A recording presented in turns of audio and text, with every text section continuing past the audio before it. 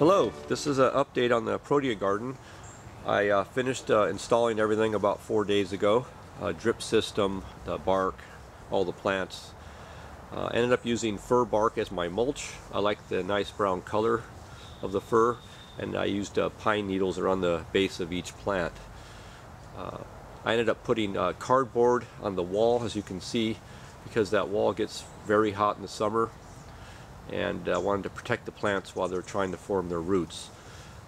They say you're not supposed to plant in the middle of summer. Well, I did, and so far everything seems to be going pretty well. I ended up putting in a total of 14 proteas, 8 leucospermums, 5 proteas, and 1 leucadendron.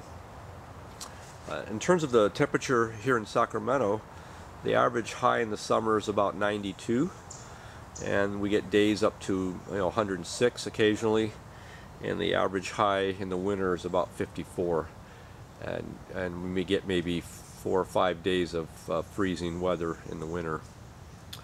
So let's go ahead and get a little closer and take a better look at these plants. This is the very first leucospermum I bought. I actually bought this one in Monterey, and this plant's what got me interested in going ahead and trying to grow a garden. I've always liked proteas, but I just thought it would be too hard in Sacramento.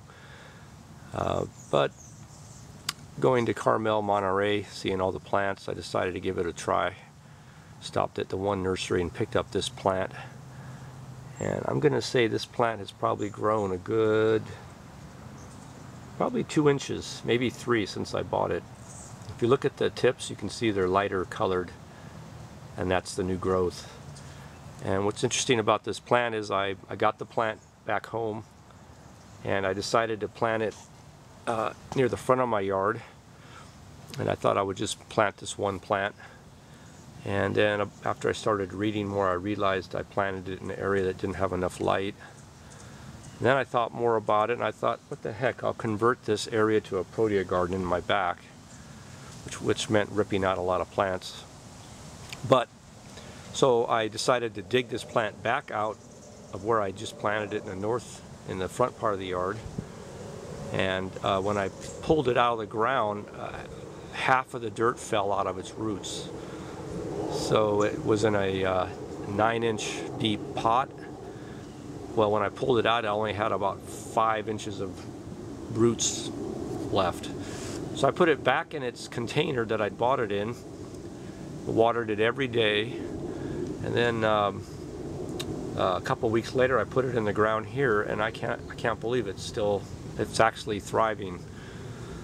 So even with half of the roots falling out, the dirt falling out, it's still doing well. So maybe these plants aren't that finicky.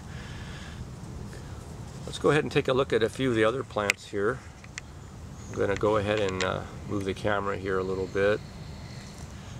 And this is another leucospermum I bought in Vacaville.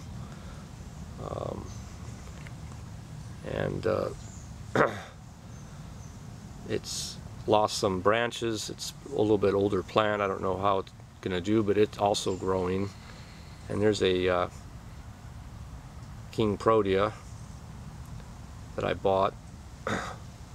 It's a mini king protea, and it's doing extremely well. It's got new branches growing. I'm going to go ahead and show you the rest of the plants here. We'll do a little walk through.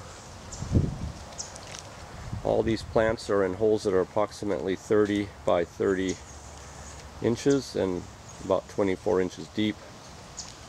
They're all amended with sand, humus, and peat moss. This is a king protea, obtained a couple weeks ago, growing very well.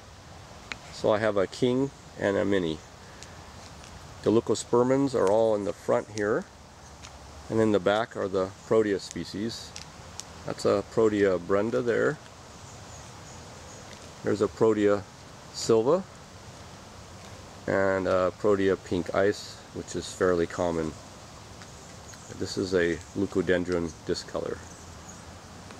At the end of this video, I'm going to have a picture that shows the names of all the plants.